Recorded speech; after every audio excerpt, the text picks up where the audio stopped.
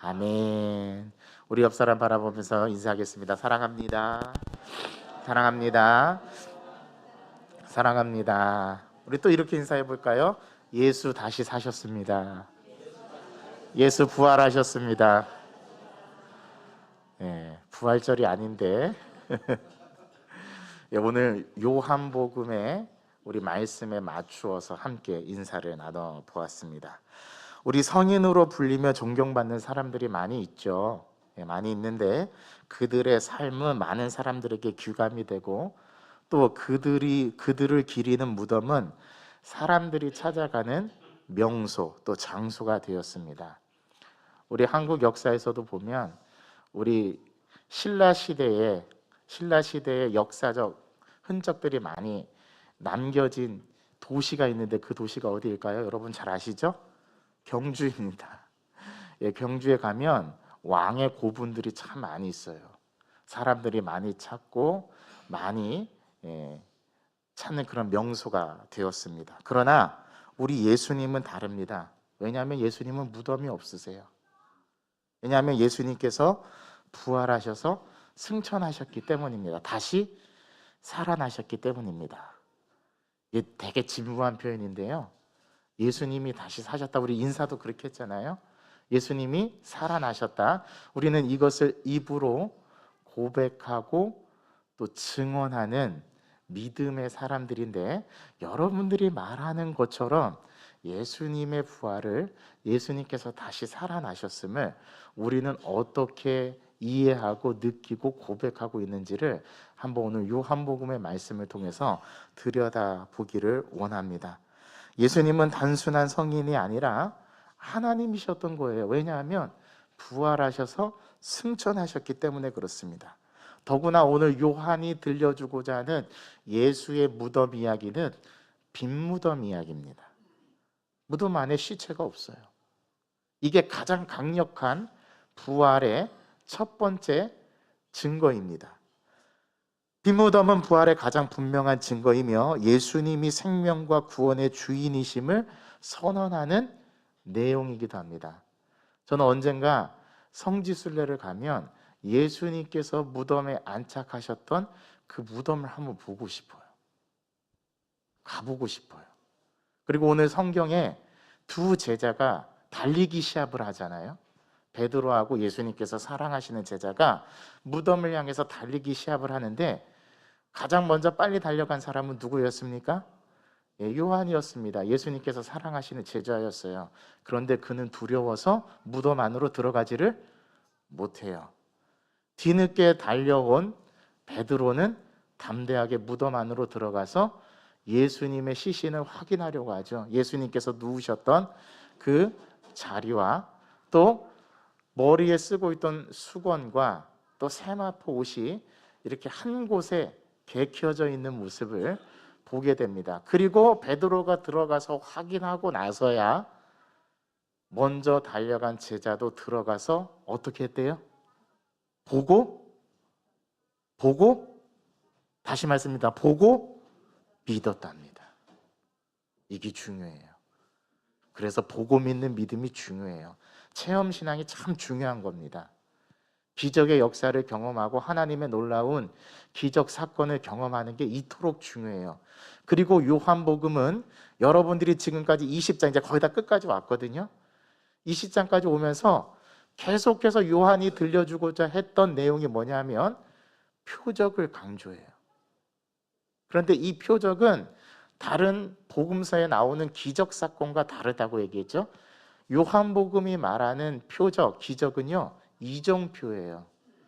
방향을 제시하고 방향을 가르쳐 줄 뿐 그 자체가 중요하지 않아요. 예를 들자면 예수님께서 가나의 혼인잔치에서 물로 포도주를 만드는 기적은 뭘 상징해요? 예수님의 십자가 보혈을 상징해요. 그거를 결례를 두었던 항아리에 담아서 혼인잔치의 포도주로 사용하는데 그 물이 포도주로 된 것은 연회장만이 알고 있습니다. 그 기적 사건, 이 표적 사건은 이게 무엇을 말하는지를 이정표를 제시해 주지 그 자체가 중요한 기적이 아니라는 거예요. 그리고 요한복음의 주제는 뭡니까? 예수가 누구시다라는 게 아니라 예수는 무엇이냐라는 게 주제였다라고 말씀을 드렸죠. 예수님은 생명의 떡이다. 예수님은 세상의 빛이다. 나는 선한 목자다. 나는 양의 문이다. 나는 길이요 진리요 생명이다. 나는 부활이요 생명이다. 나는 참 포도나무다. 누구인 게 중요한 게 아니라 그 누구를 지칭하는 본래의 속성의 의미 무엇이냐가 더 중요하다는 것이 요한복음의 목적이었습니다. 그리고 20장에는 요한복음의 기록 목적이 20장 31절에 기록되어 있어요. 역시 보고 믿게 하는 겁니다. 믿음이 없는 자에게 예수님을 보고 믿게 하기 위해서 이 복음서를 기록했어요. 그러니까 오늘 예수님께서 부활하신 이 빈 무덤의 기사는, 이 빈 무덤의 예수님에 대한 이야기는 굉장히 중요한 내용이에요. 왜냐하면 이게 가장 큰 표적이거든요.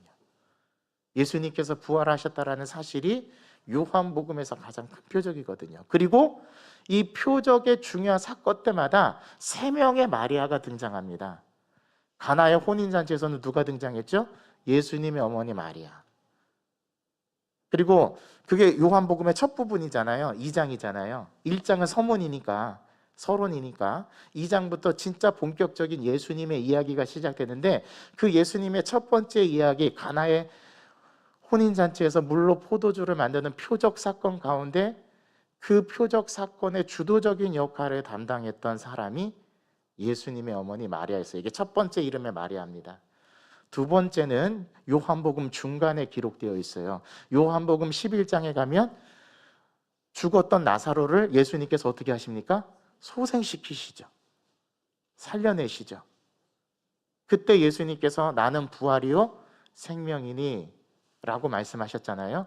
그때 이 나사로의 사건에서 가장 결정적인 믿음의 역할을 한 사람이, 두 사람이 여인이 나오는데 하나가 마르다고 또 하나가 마리아입니다.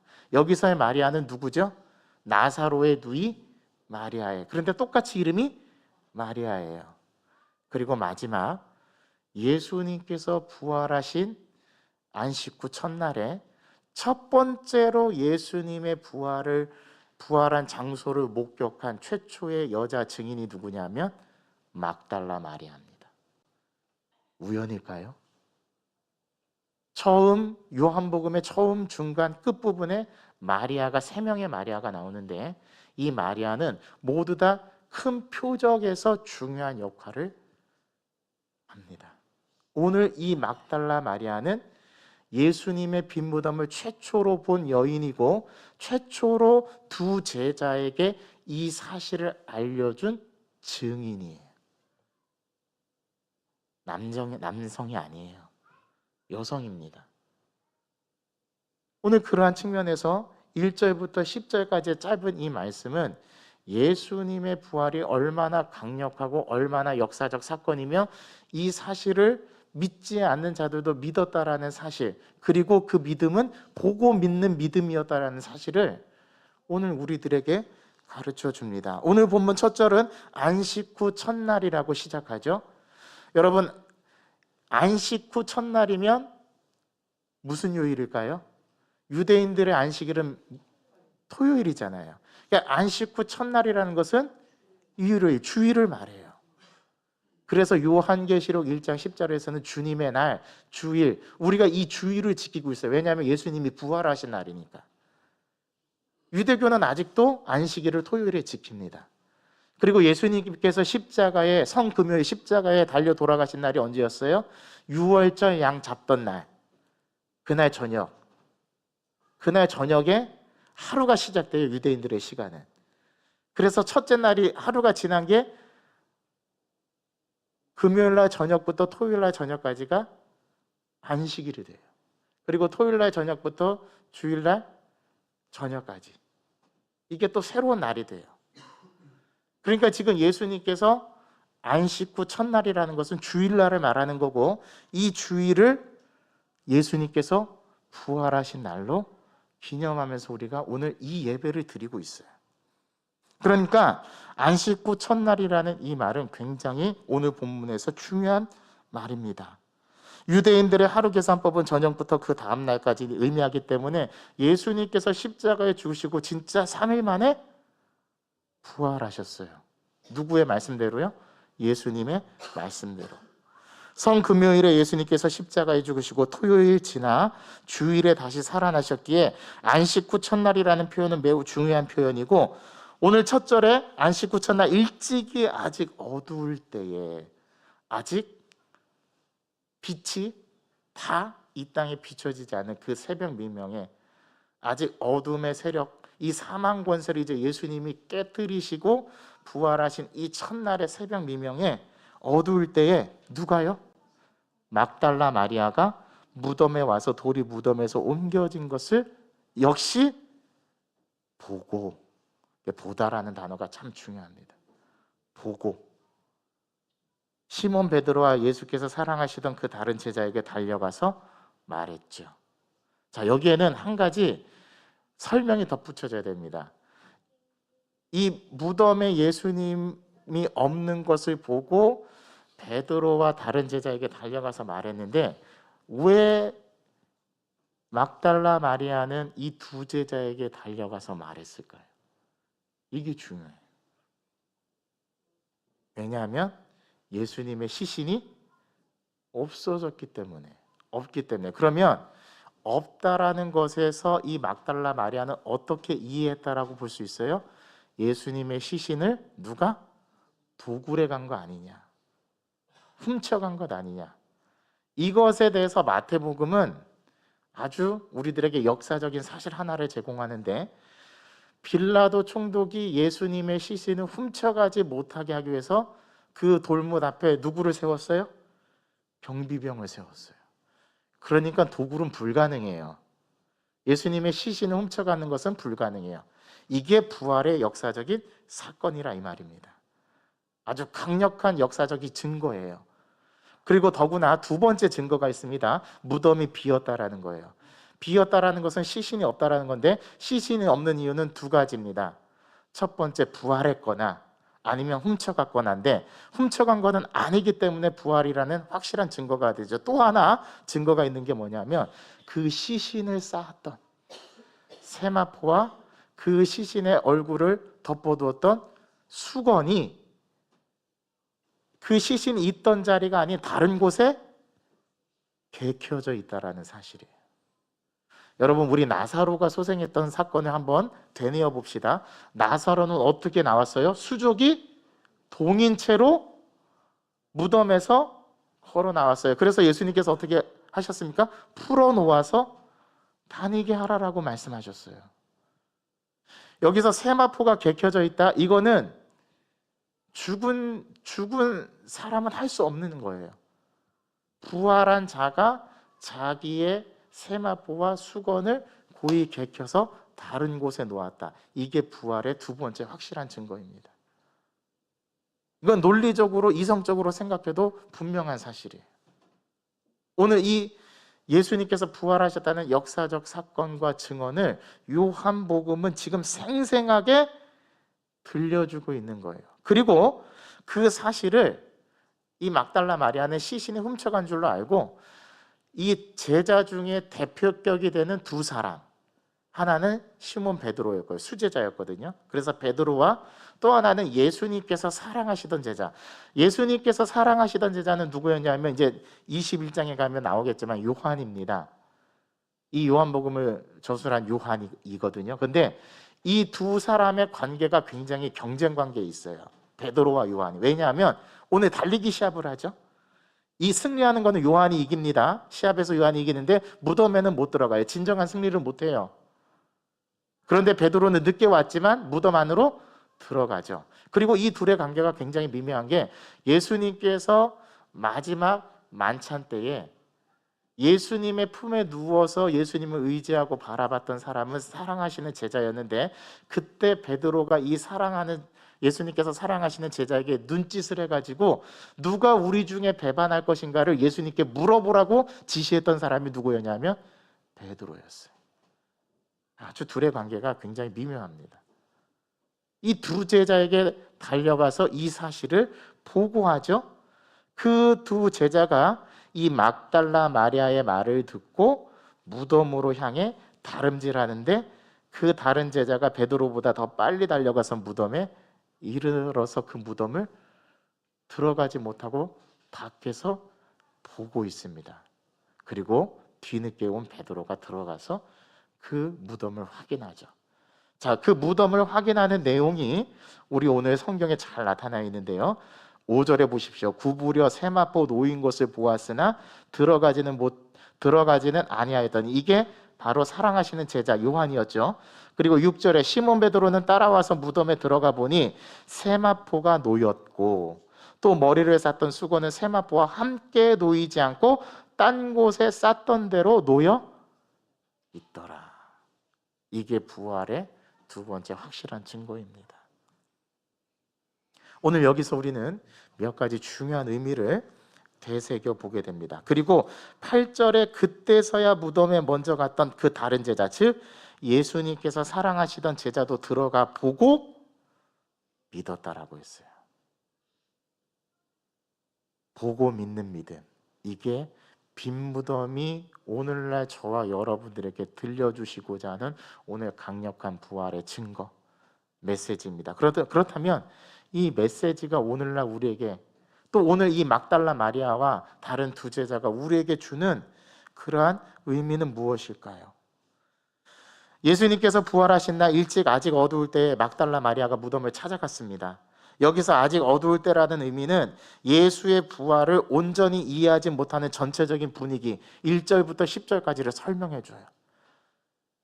이 부활의 첫 장면에서 아직 제자들은 깨닫지를 못합니다. 그리고 9절에 보면 그들이 성경에 그가 죽은 자 가운데서 다시 살아나리라 하신 말씀을 아직 알지 못하더라라고 요한복음 저자가 설명을 덧붙이고 있어요. 이것을 볼 때 이 부활하신 예수님의 빈 무덤을 확인한 제자들은 아직 확실한 깨달음에 도달하지 못했다는 사실을 우리는 깨닫게 됩니다. 여기서 아직 어두울 때 막달라 마리아가 무덤을 찾아갔어요. 새벽 부활하신 주님의 장소인 무덤으로 가는 두려움이 얼마나 컸겠습니까?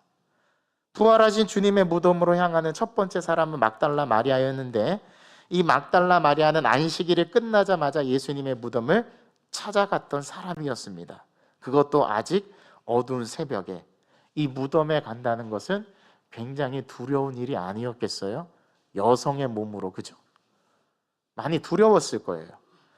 이 막달라 마리아의 행동은 그럼에도 불구하고 이 아직 캄캄한 기운이 있는 이 새벽 미명에 예수님의 무덤으로 향했던 그 이유는 막달라 마리아가 예수님을 깊이 사랑했기 때문입니다.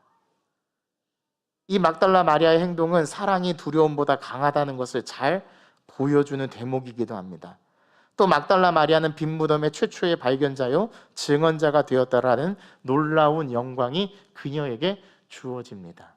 수제자 베드로에게도 아니고요, 예수님께서 사랑하시던 제자도 아니었고요, 다른 제자들도 아니었고, 오직 막달라 마리아. 이게 사복음서에서 공통적으로 증언하는 내용입니다. 주님을 깊이 사랑한다면 주님께 나아가는 과정에서 맞닥뜨리는 어려움과 두려움도 극복할 수 있다라는 모습을 막달라 마리아는 보여줘요. 이게 부활의 첫 번째 증인의 모습입니다.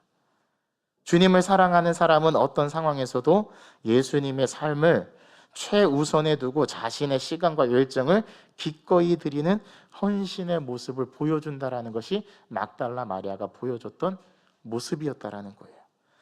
예수님의 무덤에 도착한 마리아는 돌문이 열려있는 것을 보고 베드로와 요한에게 달려가서 이 사실을 전하죠.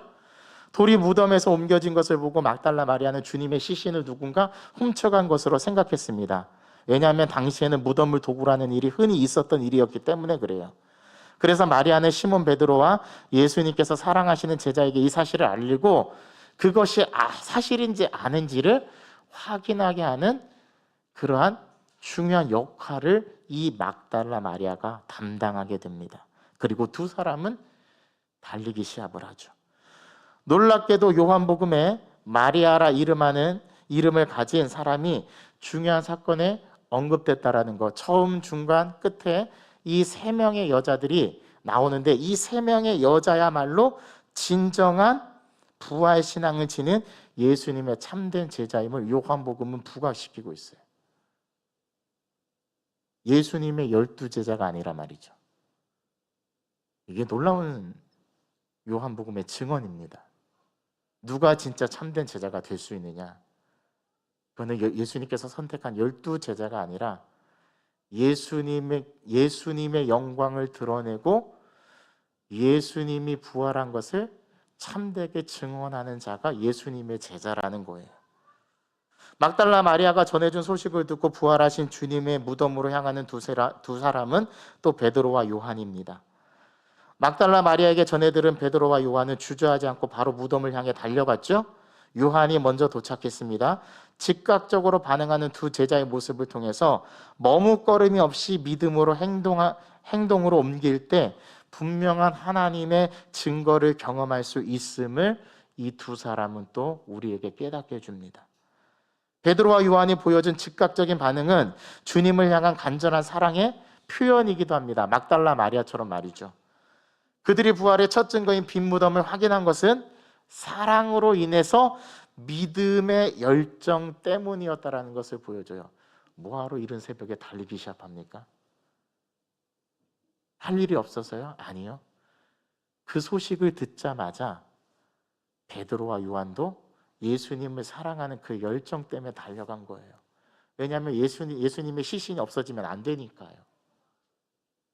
그런데 그들은 그곳에서 자신들이 생각한 것 이상으로 놀라운 발견을 하게 됩니다. 예수님이 그 무덤 안에 없었던 거죠. 부활하셨다라는 것을 그제서야 보고 믿어요. 이게 우리 인간의 믿음의 단계인 것 같아요. 저와 여러분들은 늘 이렇게 생각합니다. 주님께서 확실하다는 것을 보여주시면 믿을게요. 보고 믿는 믿음이 그래서 중요한 것 같아요. 왜냐하면 우리 눈에 보여서 그게 사실인지 아닌지 확인이 되어야 되니까. 그래서 저에게 그런 질문을 많이 해요. 목사님, 하나님이 살아계시다는 것을 보여주면 믿을게요. 이게 첫 번째 보고 믿는 신앙이고요. 우리가 다음 주 2주 후에는 이거보다 더 놀라운 믿음, 보지 않고서도 믿는 믿음.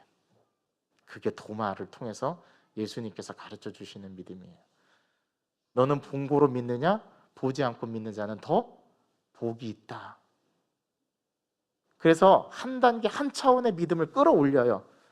보고 믿는 믿음이 아니라 보지 않고서도 믿을 수 있는 믿음. 그래서 부활은요, 믿음의 문제이지 과학적인 증명의 문제가 아니라는 거예요. 요한복음이 이걸 우리에게 말해주고 있어요. 주님을 향해 주저하지 않고 나아갈 때 우리도 주님이 예비하신 놀라운 은혜와 역사를 만나게 될 것을 저는 믿습니다. 그래서 우리에게 필요한 거는요, 과학적인 사실이 아니에요. 역사적인 증거가 아니에요. 내 안에 그거를 수용하고 그것을 신뢰할 만한 믿음이 있느냐의 문제예요. 결국 믿음의 문제예요. 오늘 요한복음이 우리에게 말하고자 하는 바로 믿음에 대한 문제입니다. 요한은 예수님이 부활하셨다는 사실을 깨닫습니다. 그러나 제자들은 아직 성경에 기록된 부활의 의미를 완전히 이해하지는 못했죠. 빈 무덤과 정돈된 세마포와 수건을 보고 부활을 믿을 수 있었습니다. 이게 보고 믿는 믿음입니다. 이렇듯 보고 믿는 신앙도 매우 중요합니다. 하지만 더 깊고 확고한 부활 신앙으로 나아가기 위해서는 보고 믿는 믿음을 뛰어넘어야 합니다. 이게 저와 여러분들의 과제입니다. 더 깊고 확고한 부활 신앙으로 나아가기 위해서는 말씀을 통해서 깨닫는 믿음이 훨씬 더 중요합니다. 성도는 성령의 조명하심을 통해서 말씀을 깨닫고 그 말씀 신앙으로 부활로 나아가야 합니다. 빈 무덤은 예수님이 부활하셨음을 증언하는 강력한 증거이기 때문에 그렇습니다. 오늘 이 빈 무덤에 대해서 우리가 깊이 묵상해 봐야 해요. 이를 통해서 우리는 부활의 소망과 하나님의 큰 능력을 확신할 수 있기 때문에 그렇습니다. 부활이 뭐냐고요? 부활은 증거입니다. 그리고 부활은 믿음이에요. 오늘 이걸 막달라 마리아도 보여주고 다름질하며 경주했던 두 제자도 보여주고 마지막 요한은 들어가서 예수님의 무덤에 들어가서 보고 믿었다라고 고백합니다. 제가 아는 한 성도가 있었습니다. 어느 날 예수 믿지 않은 새로운 성도가 교회에 등록을 하게 되었어요. 본인도 새신자인데 다른 새신자가 등록을 하게 되었는데, 그런데 그 성도는 누가 가르쳐 주지도 않았는데 그날부터 새 성도를 보이지 않는 손길로 세심하게 살피고 돌봐주기를 시작했습니다. 새 성도가 새 성도를 돌봐주는 거죠. 여러분 이해되세요? 따뜻하게 대하고 또 품어주고 교회에 오면 같이 밥도 먹어주고 그에게 어려움이 있다는 것을 알았을 때는 자기가 가진 것을 살포시 나누면서 그 사람, 그 새로운 성도를 도와주기 시작했습니다. 새 성도는 세상에서 받지 못한 사랑을 교회에 와서 받으니 너무 감격스럽기도 하고 한편으로는 당황스럽기도 하고 한편으로는 부끄럽기도 하고 또 한편으로는 이해가 되지 않아서 의아해하기 시작합니다. 아니 저 사람도 새 성도라고 그러는데 저 사람이 어떻게 나를 이렇게 도와주지? 너무나 궁금해서 어느 날 그 성도에게 물었답니다. 도대체 왜 이렇게 저에게 잘해주십니까? 그러자 그 성도가 이렇게 대답했습니다. 예수님께서 부활하셨잖아요. 그럼 뭔가 좀 안 맞죠? 아니 자기한테 왜 잘해주냐라고 물었더니 대답이 예수님께서 부활하셨기 때문이랍니다. 이해되십니까? 무슨 말씀이세요? 라고 되물었답니다. 그러자 그 성도는 이렇게 대답했습니다. 우리 주님이 다시 살아나셨잖아요. 저도 죽었다가 다시 살아났어요. 저도 부활했어요. 이제는 새 사람이 된 거죠. 새 사람으로 살아가는 부활이 어떤 것인지 저는 경험하고 누리고 있어요. 이제는 당신에게 보여주고 싶어서 저는 당신에게 이렇게 잘해줍니다라고 대답했다라는 것입니다. 저는 그 모습을 보면서 이게 부활의 모습이구나. 이게 부활의 삶이구나. 여기에는 무엇인가를 해야 한다라는 강압적인 도덕도 없고 이렇게 하지 않으면 심판을 받을까 봐 두려워서 하는 일이 아니고 이렇게 해야 주님이 더 큰 상을 주실 것 같다는 보상 심리도 작동하지 않습니다. 단 한 가지 이유. 내가 부활을 먼저 경험해 봤기 때문에 그 부활의 기쁨을 나눈다라는 이유가 전부였던 거예요. 여러분 이게 저와 여러분들의 삶의 모습이어야 하지 않겠습니까? 우리는 부활절에만 부활을 외쳐요. 아니에요. 오늘도 어제도 내일도 우리는 부활을 외쳐야 합니다. 이 부활하신 주님을 한순간도 잊으면 안 돼요. 그러면 우리가 천국에 대한 소망은 가짜 소망이 되는 거예요. 부활은 부활절에만 중요한 게 아니라 지금 여기 내가 예배하고 있는 이 시간, 이 장소, 내가 삶에서 살아가는 삶의 반경 내에서 이 부활은 날마다 고백되어져야 하고 경험되어져야 하고 보고 믿는 신앙으로 나아가야 한다는 것입니다. 이게 오늘 본문이 우리에게 말씀해 주고자 하는 거예요. 그래서 부활은 증명하는 것이 아니에요. 부활은 확인하고 깨달아야 하는 겁니다. 오늘 두 제자가 무덤에 가서 빈 무덤을 확인하고 거기에 개겨져 있는 세마포와 수건을 보고 그제서야 보고 믿었다라고 말씀하고 있지 않습니까? 우리도 이 보고 믿는 신앙, 우리는 빈 무덤에 가볼 수는 없지만 그 빈 무덤이 있다고 생각하고 그 빈 무덤에 개겨져 있는 세마포와 수건을 보고 예수님의 부활을 믿을 수 있는 신앙, 이 신앙으로 저와 여러분들이 오늘 하루를 살아내는, 또 한 주를 살아내는 우리 모두가 되기를 원합니다. 따라해 주시기 바랍니다. 부활은 역사적 사실이다. 부활은 보고 믿음의 문제이다. 하나님 아버지, 오늘 부활의 첫 장면을 목도한 사람은 수제자 베드로도 아니고 예수님께서 사랑하시던 제자도 아니었습니다. 막달라 마리아라 이름하는 한 여성이었습니다. 빈 무덤을 먼저 보는 최초의 증언자요, 목격자가 되었고 예수님의 부활을 처음으로 경험한 자가 되었습니다. 하나님, 우리는 부활절마다 부활, 예수님 다시 살아나셨다라고 부활을 외치지만 정작 우리들의 삶에서 부활이 있었는가를 돌이켜보면 그저 부끄러운 믿음밖에 주님 앞에 보여드릴 것이 없어 오늘 이 말씀을 붙들고 다시금 부활의 소망을 가지고 오늘 나의 삶이 부활이 되길, 오늘 나의 삶이 다시 살아나는 삶이 되길, 그래서 예수 그리스도를 보고 믿는 믿음으로 나아갈 수 있는 삶이 되기를 간절히 소망하오니 이 믿음을 저희들에게 허락하여 주옵소서. 이 믿음 없이는 살아갈 수 없다라고 우리가 입술로 고백하고 다시금 주님 앞에 이 신앙을 회복하고 나아가는 저희들의 삶이 되게 하여 주옵소서. 예수 그리스도의 이름으로 감사하며 기도하옵나이다. 아멘. 우리 다 같이 자리에서 일어나셔서 우리 함께 귀한 찬양으로 고백합시다. 살아계신 주, 우리 기쁜 마음으로 박수 치면서